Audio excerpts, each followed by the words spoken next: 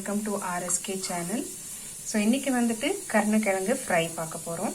So இந்த கருணக்கிழங்கு clean பண்ணுறதுக்கு முன்னாடி கையில் எண்ணெய் தடவிட்டு க்ளீன் பண்ணிவிட்டு கட் பண்ணி வச்சுக்கோங்க, இல்லைன்னா இச்சிங் ஆகும். பாருங்கள், கருணக்கிழங்கு வந்துட்டு ரொம்ப தப்பமாக கட் பண்ணாதீங்க, ரொம்ப மெலிசாவும் கட் பண்ணிக்காதீங்க, மீடியமாக இந்த மாதிரி கட் பண்ணிக்கோங்க.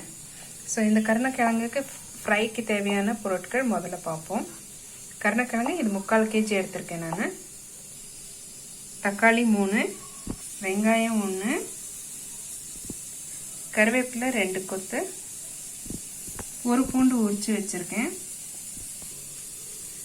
மிளகாய்த்தூள் 2 ஸ்பூன் எடுத்திருக்கேன், மஞ்சள் தூள் 1 பிஞ்ச், உப்பு தேவையான அளவு. இப்போ வெங்காயம் கட் பண்ணி நீங்கள் ஜாரில் போட்டுக்கோங்க. டொமேட்டோவையும் கட் பண்ணி போட்டுக்கோங்க.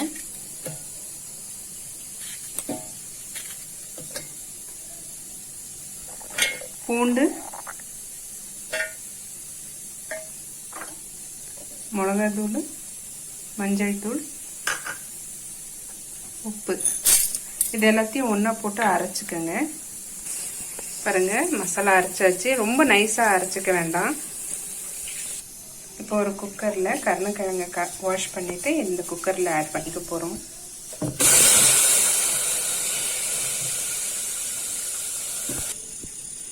இப்போ அரைச்சி வச்சிருக்கிற மசாலாவை இதில் ஆட் பண்ணிக்கோங்க.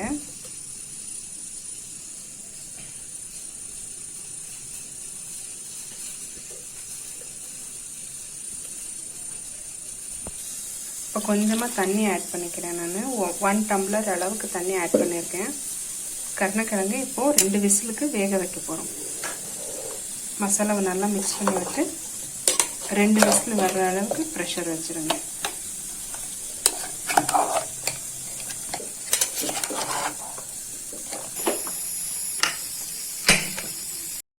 ப்ரெஷர் அடங்கிடுச்சு. இப்போ ஓப்பன் பண்ணி பார்க்கலாம். கருணக்கிழங்கு நல்லா வெந்திருக்கு பாருங்கள். அப்படி சப்போஸ் உங்களுக்கு வந்துட்டு தண்ணி அதிகமாக இருக்கிறதா ஃபீல் பண்ணிங்களேன்னா ஒரு 5 மினிட்ஸ் வந்துட்டு ஸ்டவ்வில் குக்கரை வந்துட்டு ஓப்பனாக வச்சே பாயில் பண்ணுங்கள். இப்போ இதை வந்துட்டு தவா மேலே போட போகிறோம்.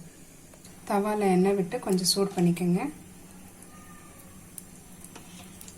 நான் ஒரு 3 டீஸ்பூன் எண்ணெய் விட்டுருக்கேன் ஆல்ரெடி.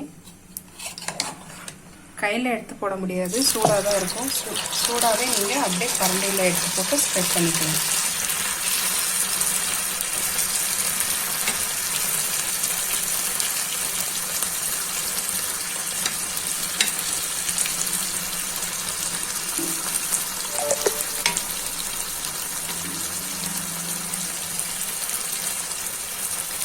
ரெண்டு ஸ்ப்ரெட் பண்ணி விட்டு 2 பக்கமும் திருப்பி போட்டு ஃப்ரை பண்ணணும். ஒரு 5 மினிட்ஸ் ஆகிடுச்சு பாருங்க. இப்போ திருப்பி விட்டுக்கலாம். கருணக்கிழங்கு நல்லா ஃப்ரை ஆகிருக்கு. அவ்வளோ சூப்பராக ப்ரௌனாக ஃப்ரையாக இருக்குது பாருங்கள். இதை வந்துட்டு ஒரு ரச சாதம், தயிர் சாதம், இல்லை பருப்பு குழம்பு, இந்த மாதிரி சாதத்துக்கு கூட ஒரு சைட் டிஷ்ஷாக சாப்பிட்டீங்கன்னா அவ்வளோ அருமையாக இருக்கும். ட்ரை பண்ணிவிட்டு எனக்கு உங்களோட சஜஷன் சொல்லுங்கள். இப்போ கருணக்கிழங்கு சர்வ் பண்ண ரெடி ஆகிடுச்சு பாருங்கள். கருணக்கிழங்கு ஃப்ரை ரெடி ஆகிடுச்சு ஃப்ரெண்ட்ஸ். சர்வ் பண்ண ரெடி ஆகிடுச்சு. ஸோ இதே ரெசிபியை உங்கள் வீட்டில் ட்ரை பண்ணி பாருங்கள். உங்களோட சஜஷன்ஸை சொல்லுங்கள்.